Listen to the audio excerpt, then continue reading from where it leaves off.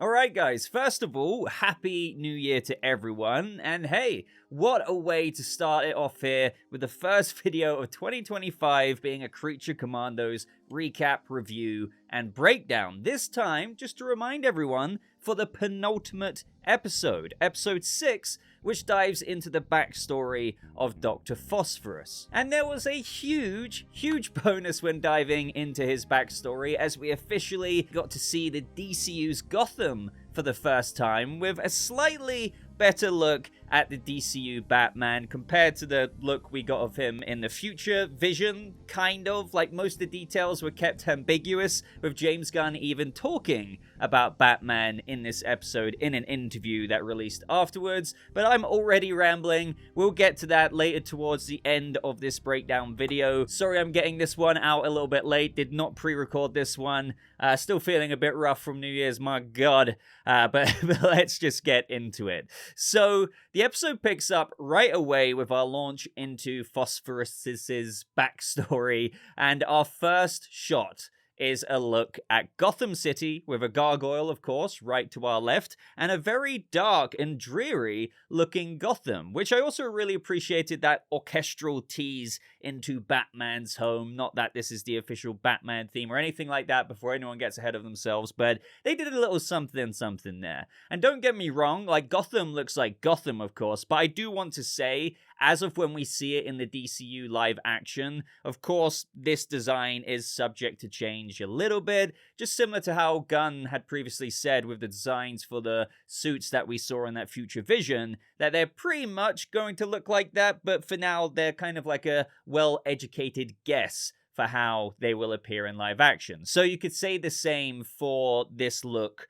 of Gotham that we have here. But for what it is in animation, I really like the vibe of it. Now, Phosphorus is chucked out of the van onto the road by Rupert Thorne's men, and we get our first words from Rupert Thorne saying that Alex isn't going anywhere. Now, Rupert Thorne is voiced by Benjamin Davis, and probably like many of you, I know him best from Red Dead Redemption 2, where he played Dutch, so I think he did an absolutely great job with the very sinister Rupert Thorne that we got to explore in the flashbacks of this episode. But back in present day, we have Phosphorus and, of course, the other Creature Commandos hiding from Elana Rostovic's knights, who are searching the city for them, because after all, they think, well, they know that the Creature Commandos are there to assassinate the princess. But when we revisit Phosphorus evading the knights on the streets of Pokolistan, he breaks into someone's house and notices all of the family photos, which really just casts him right back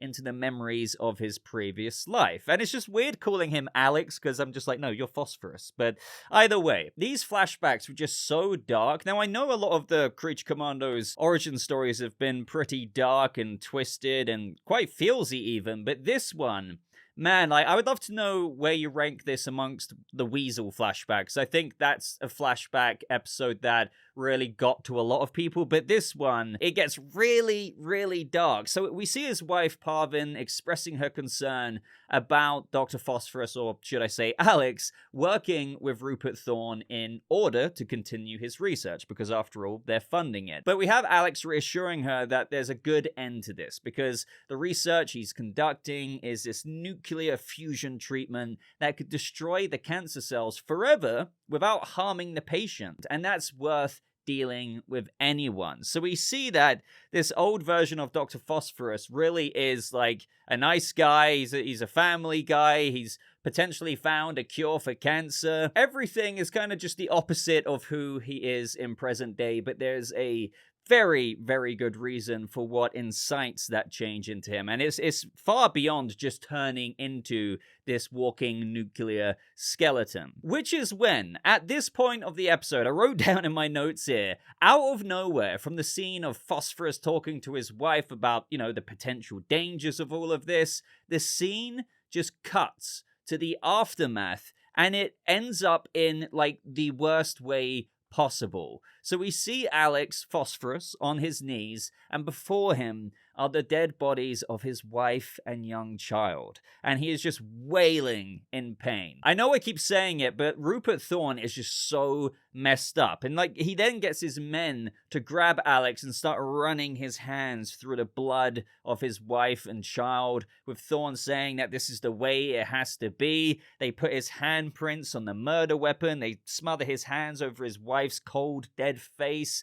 It's like, you can only begin to imagine how nuts this would drive you. Like, I'm pretty sure anyone could kind of understand how, he went from Alex to Phosphorus. I mean, he does some very, very, very, very dark things, but it's just not hard to see how he got to that place. And this is actually darker than what I was expecting to see when I first saw this episode. So I was like, damn, like, you're actually getting the dude's hands, putting it all in the blood. It's just...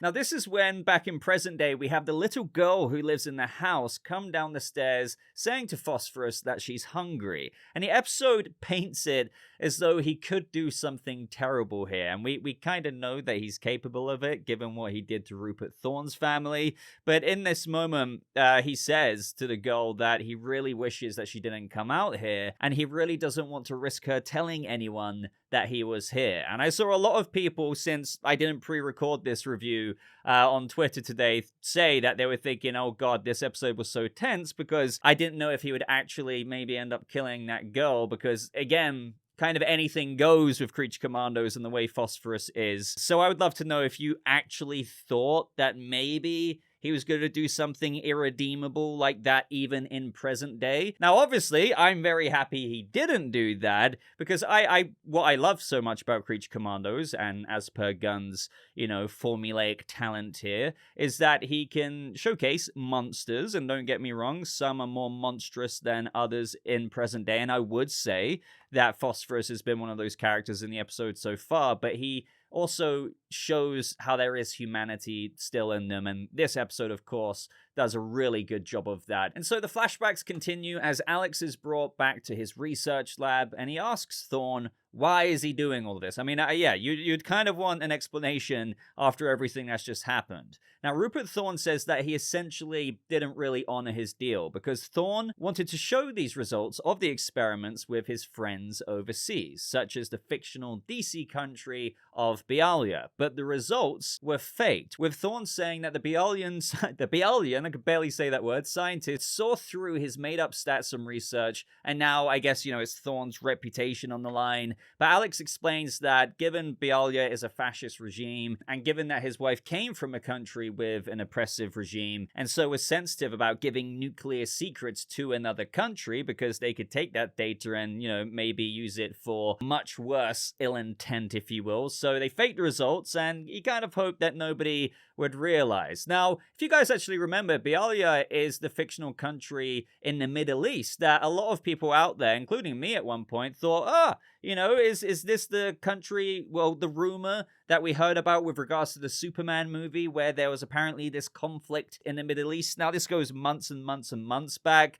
Some people are saying that location was actually changed, and now this is Baravia in the Superman movie, of which we saw those scenes with the kid raising up the flag, calling out to Superman. I don't know really why I'm going off on a ramble about this, but I just thought I would mention Bialia again, because that actually goes back quite a long time in the rumor mill. But this is when Rupert Thorne puts Alex in his own machine. He turns it on, of course, making it look like that he took the lives of his own family and then his own by atomizing himself with nuclear energy, which, given the scene that we saw after this, you could only imagine the unfathomable pain that Phosphorus went through here. But instead, as we know, it turned him into a fully fledged Doctor Phosphorus. Now, before we continue with these flashbacks, don't worry, we will, because this is where things get even more interesting with regards to, a bump into Batman. Let's go back to present day for a bit, and we had Nina bumping into the bride, and they actually both end up hiding at a brothel. But this is when some knights spot them heading in there, but a couple of the girls from the brothel convince them otherwise. But notice how Madame Gurov, or Gurv, I'm butchering the name again. I know I got Badonna wrong last episode as well. I do apologize. It was actually Bogdana. And no, I kept seeing a lot of people say, hey, wait, didn't she die? Wasn't that the same lady in episode 1 or 2, whatever it was?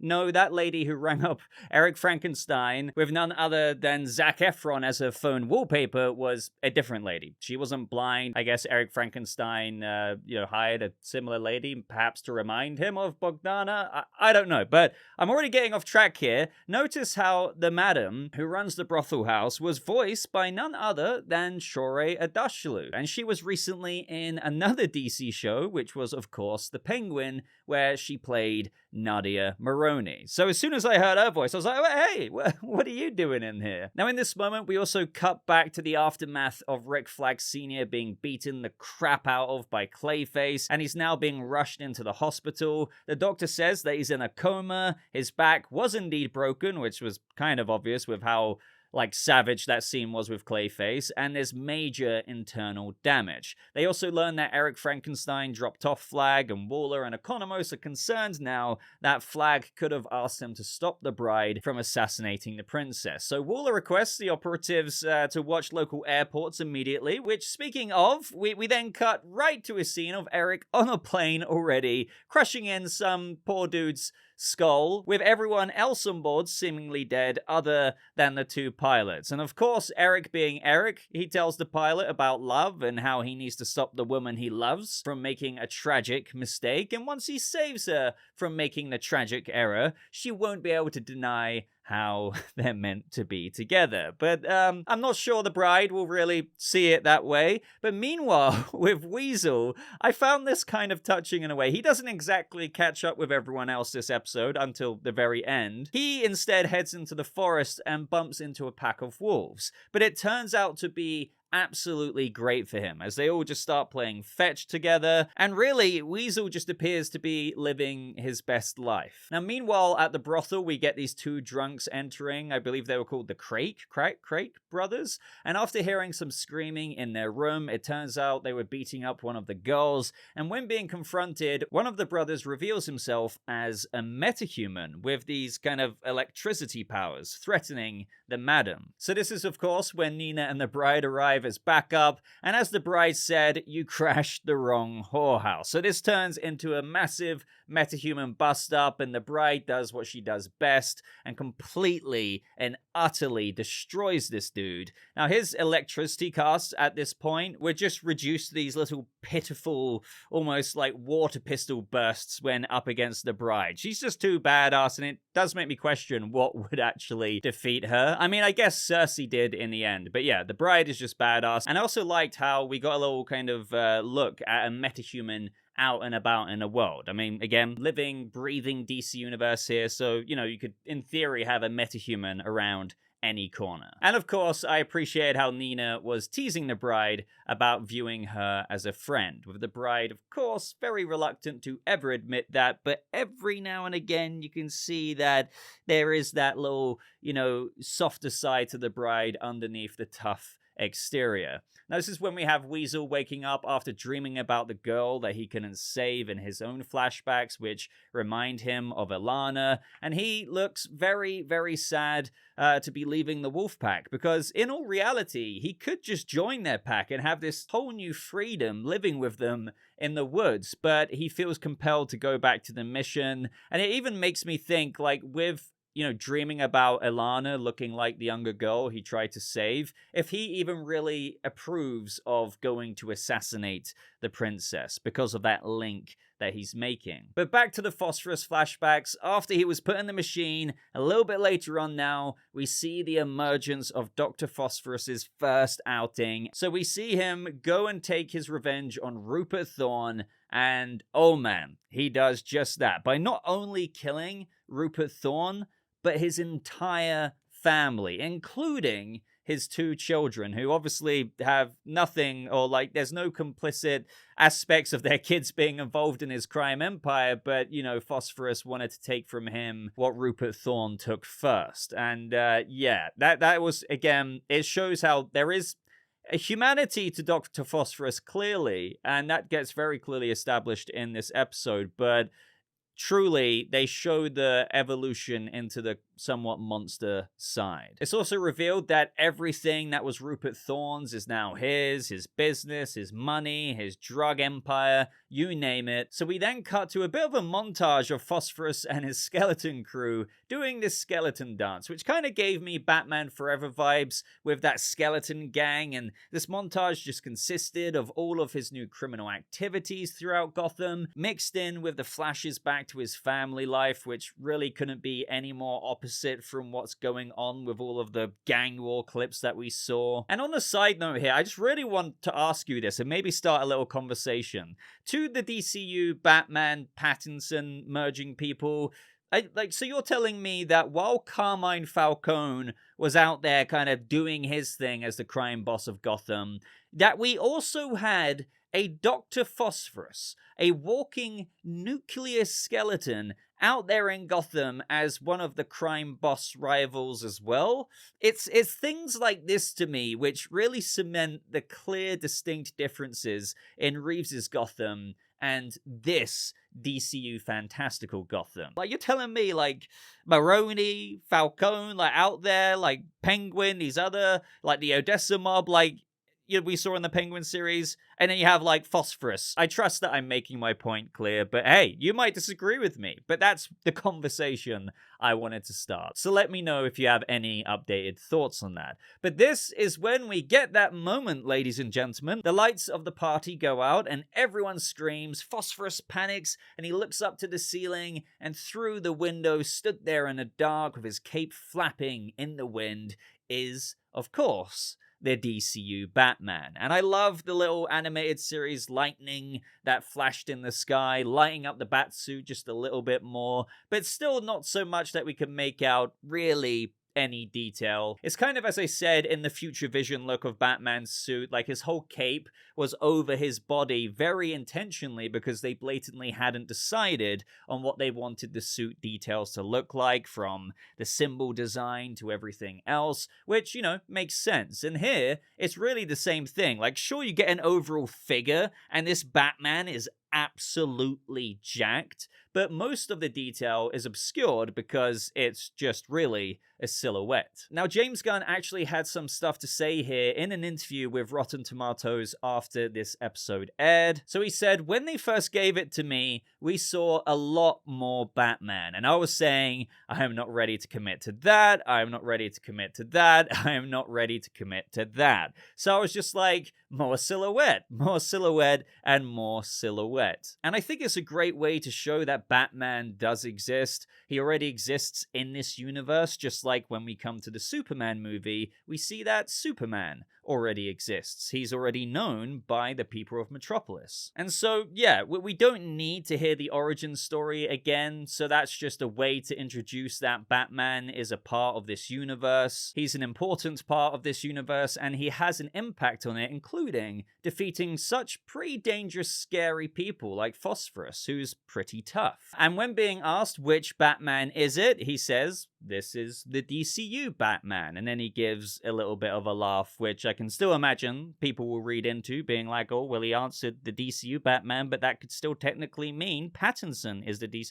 Either way, moving on, he continues to say here, listen, I've got to tell you, I just love Batman. I love him, and I've loved him since I was a little kid. He's one of my favorite characters, and I've gone on record in the past when I was at Marvel saying my favorite character was Batman. I love him, and we're going to do great things with him. He's the most popular superhero in the world, and I can't wait for people to see more of him along with Superman and together. So yeah, you get a bit of an introduction into Batman here, and trust me, you know me, like, this is our first canonical look at him, and it's pretty damn awesome. Just showing that he's been active in the DCU for a while, as, you know, we already knew, given the premise surrounding the Brave and the Bold. You can't really read any detail off the suit other than something typical that you'd think of when thinking of Batman in your head. Plus, even if you want to say, oh, the ear length, or oh, the cape length, or whatever, that could still be subject to change, as, I mean, after all, it's Batman.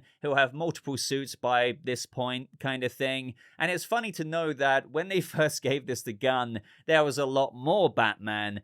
So I think that the animators probably drew a bat symbol that Gunn wasn't ready to commit to. Possibly they had him burst through the window and start to fight, but again, the more you do that, the more somewhat detail there is. Maybe they even gave him white eyes, because technically you can't say that he has white eyes, because before the lightning goes off, it's just dark. Surely if he had white eyes that light up, it would be lit then. And the only time it lights up is when the lightning is like reflecting off of the suit and his body. So that's not me saying there won't be white eyes. I'm just saying that whatever the animators gave Gunn was probably packed with quite a few details that he's not ready to fully sign off on yet, because The Brave and the Bold is, at the end of the day, years and years away. And that's something you will decide in pre-production when you have the concept artists going over 1,000 different batsuit possibilities and bat symbol possibilities. Even when it comes to the color of the batsuit, if you want to read into that, because I know a lot of people will, it could just literally be the flash of the lightning. Do you know what I mean? There's still so much that could be changed with this silhouette, but people might think it's something. I'm not saying there wouldn't be like a bluish tint to the batsuit. I've said you could do something like that in certain lighting situations with the DCU Batman. I wouldn't be against that at all, but I would just say for now, don't read into it too much, because again, that could be the lightning strike in the sky, making it look a certain color, all of that kind of stuff. But one thing we can see is that this Batman is absolutely mahoosively jacked, and he really does. I have nothing against Robert Pattinson's physique. I think he looks great, especially in the suit. I think that's more than enough. Like when you put all that armor on him, he looks like Batman. Do you know what I mean? But this Batman is distinctly, I would say, a lot more built up to a Reacher level. And no, that's not me saying Alan Ritchson for Batman. I'm just saying, for example's sake. I still know that this is animation, so it still doesn't really reflect who could actually be Batman in the DCU's physique. Now, on that note, very quickly, I've seen some people also say that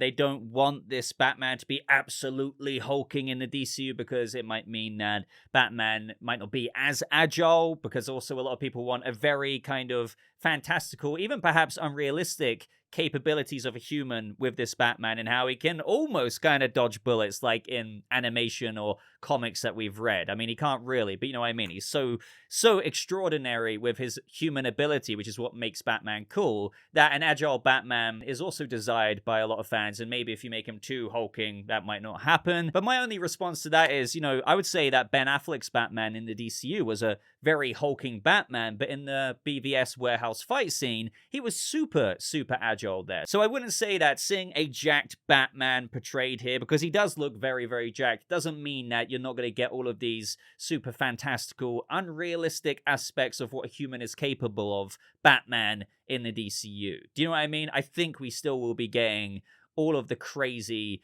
agile Batman stuff. I mean, at least I hope, despite whatever build they give the actor. Also, of course, side note here, I love hearing Gunn say that he can't wait for people to see more of him, along with Superman and Together. So hopefully, we'll get a World's Finest maybe movie, project, something. He could just mean, the Trinity together in some other project, but hey, here's to hoping for a World's Finest. And when we cut back to present day with Phosphorus again, the girl's parents wake up hearing their daughter outside, and they race out, and it's just Phosphorus playing with her the same way he did with his own child. Which, again, when you look into it, after the even atrocities that Doctor Phosphorus committed with Rupert Thorne's kids, and, all the other things that he could have gone on to do in his crime lord days, it is nice to see that, hey, here he is in present day, once again, reconnecting with his own humanity. Now, he ends up getting directions to the castle, and then we cut back to Waller and Flag, and she's itching for answers as to what happened. And at the end of the episode, we even see Eric arrive. Alana has mustered up dozens upon dozens and dozens of her knights for protection, and each of the Creature Commandos bump into each other on their way to the castle conveniently at the same time. I mean,